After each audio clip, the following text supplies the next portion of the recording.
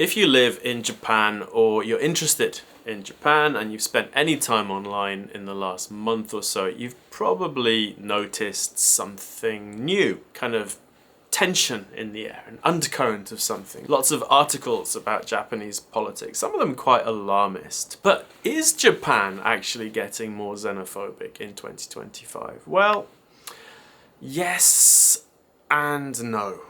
Let's talk about it.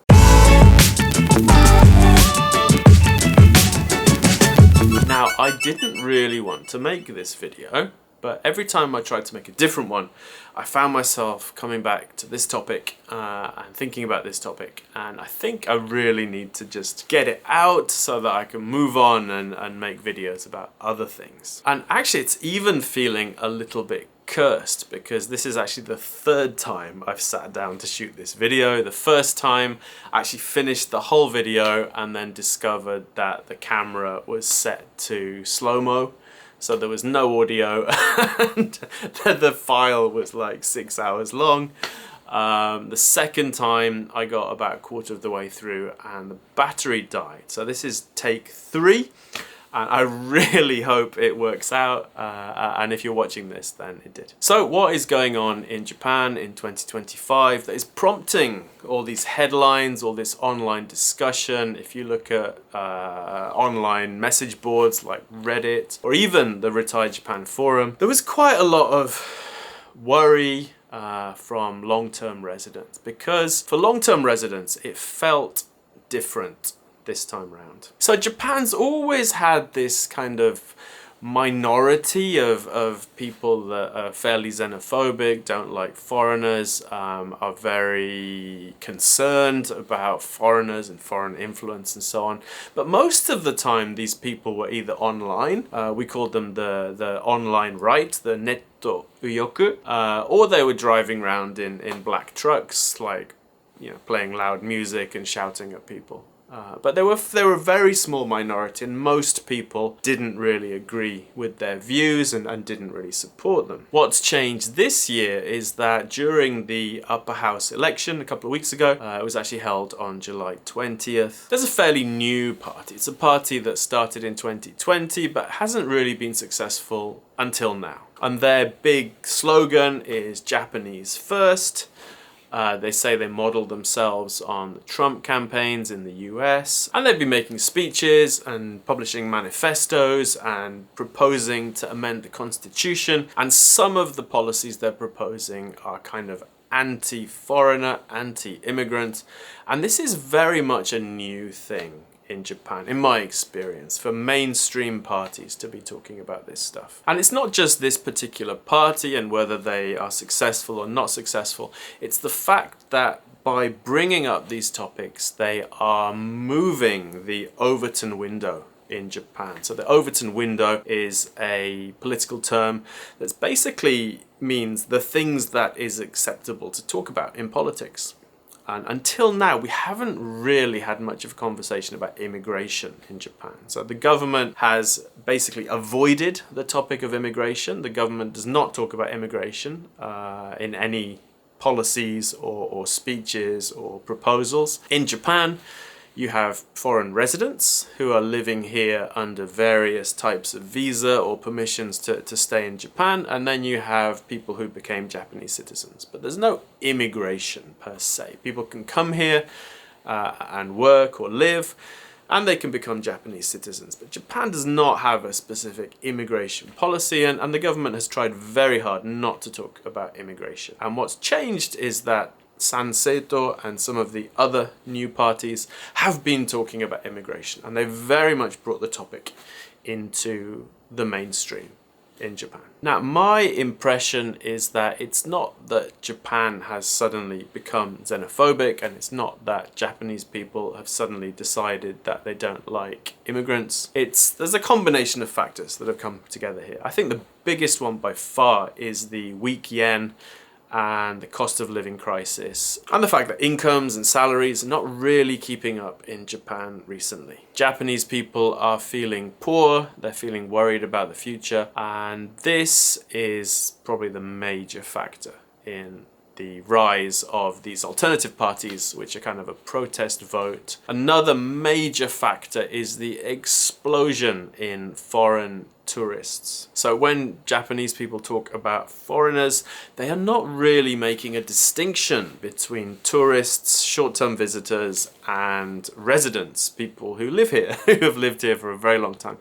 All they're seeing is foreigners, people that look different, speak differently, and so on. And the rise in tourists has been dramatic. So it's gone from basically 0 during COVID, and we're due to pass 40 million foreign visitors this year. There's 2 major problems with tourism in Japan. Like the numbers themselves are not that huge given the size of the country and so on. But tourism is really concentrated in Japan.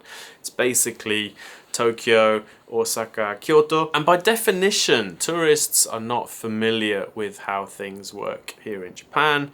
They're not really conscious of the laws, the rules, and the manners. And this is something that's perhaps Japan has stronger than other countries. I'm not going to say it's unique because I don't think it's unique. Every country has these things. But in Japan, we have laws that are legally mandated. We have rules which are maybe not enforced quite as strictly, but they still exist. And then we have manners, which aren't even rules, but it's stuff that everyone does because it's the right thing to do. And so if you have tourists coming in, particularly recently, we've had this explosion of tourists because of the weak yen. They might not be aware of the laws, they might not be aware of the rules, and they probably aren't aware of the manners. And even if they are, some people are not going to necessarily follow them. And the problem in Japan is that there's not really an enforcement mechanism for these things other than social disapproval and kind of like tut-tutting and so on. And that doesn't really work on a short-term tourist. There's been a lot of frustration in Japan dealing with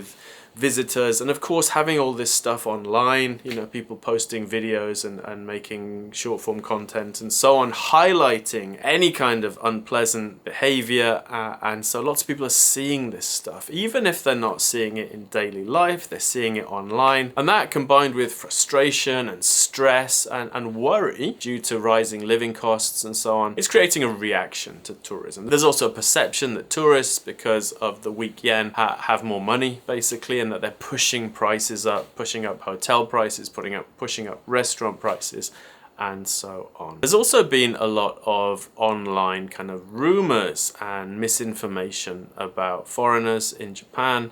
Things like the really big kind of famous one was that there was a news story that said that 1/3 of welfare recipients in Japan were foreign-led households.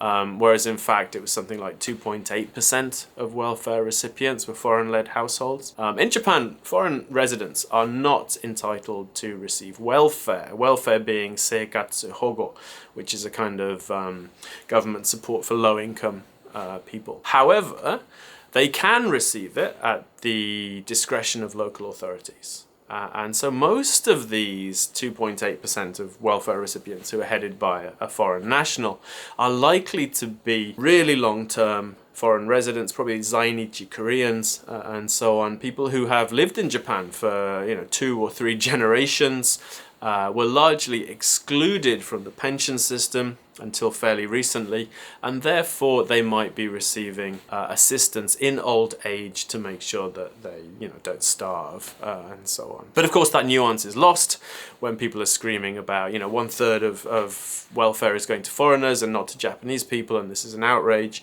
and that's where the Japanese first slogans have come from. So what has caused this rise in kind of anti-foreign sentiment? I think it's those 3 things. It's the weak yen, which has led people to be stressed and angry. It's the rise in tourism, which means that there are lots more foreigners in Japan around on trains, in shops and so on. And this has caused a kind of foreigner fatigue, where people are saying, I don't like having this change in my life. I don't like having people on the train who are noisy. I don't like people who are not behaving the way they should be based on our expectations here in Japan. And ironically, foreign residents are far more likely to follow those rules and expectations because we actually live here, but people are not making that distinction. between tourists and residents when they're talking about these issues. So how about Sanseito, the new party? They actually got 15 seats in the upper house election, putting them fourth in Japan. And this was a big shock for everyone, particularly the LDP, but also for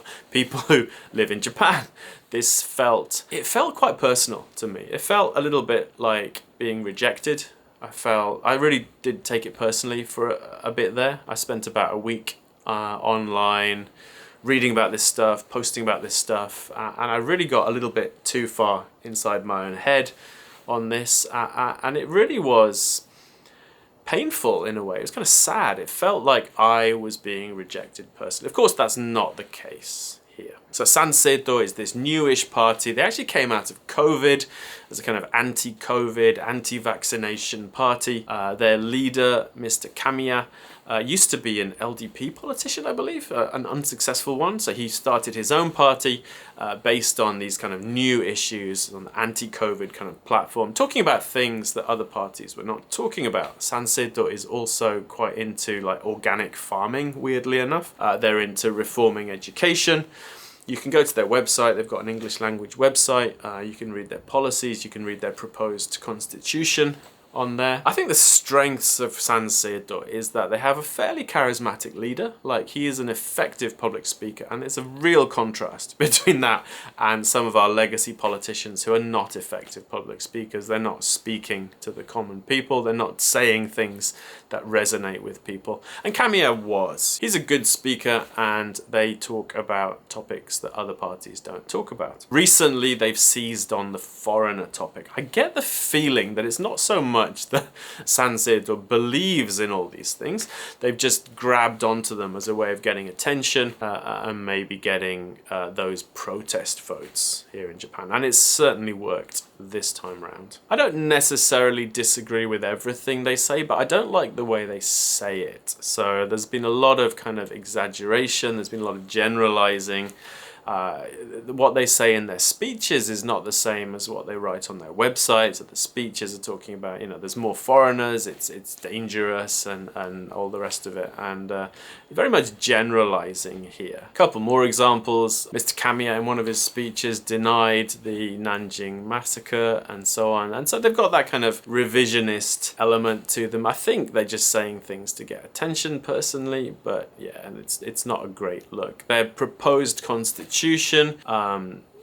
wants to deny naturalized citizens the ability to have public jobs and presumably to participate in politics for at least 3 generations, which I'm also not a fan of. And they're proposing not allowing foreigners to own Japanese real estate. So, and it depends what they mean by that. So I think there's definitely a case to be made for restricting ownership of real estate for people who are not living in Japan in some cases.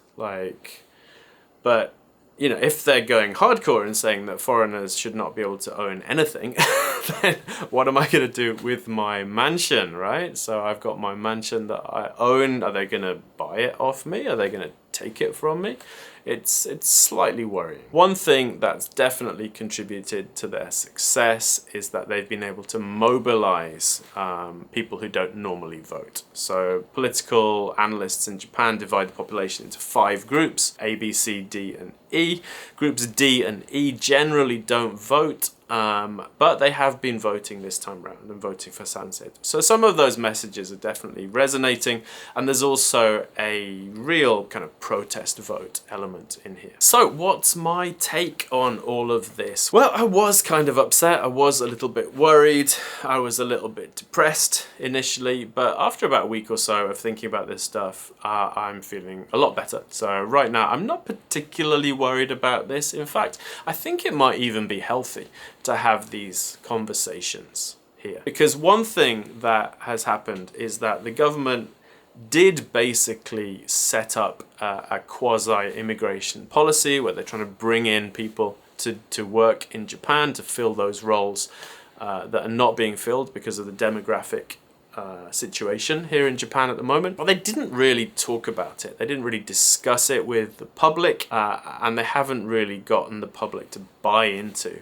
the idea. So I think it is necessary for politicians to talk about this stuff.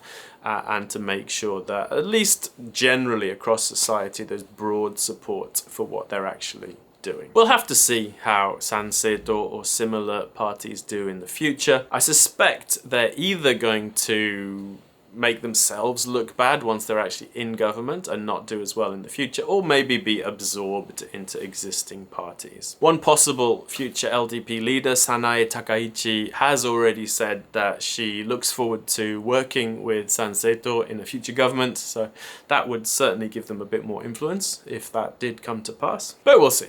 I don't think it's very likely to happen. I don't think they will be able to do most of the things that they're talking about in an actual government situation, but we'll see. We'll have to keep an eye on things and see how it goes. I do think a lot of the rhetoric is potentially harmful. I saw one tweet on X recently from someone who was supposedly a teacher. They were writing in Japanese and they were saying, please can we stop talking about this Japanese first stuff on TV because the elementary kids are picking up on it. And we have non-Japanese kids in the classroom and this is really not a great development for them. And basically that's what kind of worries. The kind of rhetoric being normalized, right? That it's okay to think these things, to say these things, and that could make it a slightly less friendly place to live in the future. I can see some possible changes coming. It might be more difficult to get permanent residency. It might be more difficult to naturalize in the future. It might be more difficult to own real estate in some situations. So I can see these changes coming through. Personally, I really would like the government to fix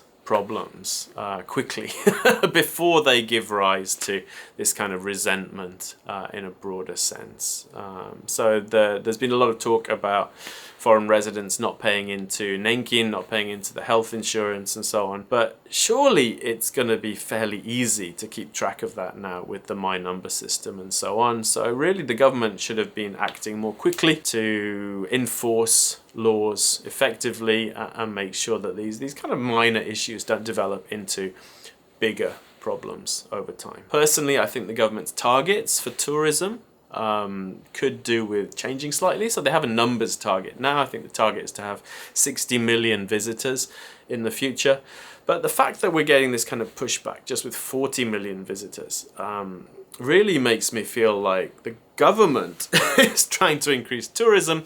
Tourism is annoying Japanese residents, which is causing a pushback towards foreign residents and immigration kind of policies for Japan, which are arguably more important than tourism. So I would like to see a change of focus with tourism, maybe focus on revenue from tourism rather than sheer numbers, and make some small changes so that tourism is more beneficial for Japan. Two huge ones I can think of immediately are get rid of tax-free shopping. I have no idea why we have tax-free shopping for tourists at the moment. There's no reason to. Japan is so cheap that it's not like people are not going to come just because they don't have tax-free shopping. And also charging some kind of fee for visa on arrival, which is actually going to happen soon. Japan is going to bring in an ESTA equivalent, I think in 2026, possibly next year. But they should price that fairly highly, I think. Maybe, as high as $100 or $200 maybe. And that would really bring in a lot of revenue from tourism and would possibly reduce the numbers slightly. So what can we actually do? So as a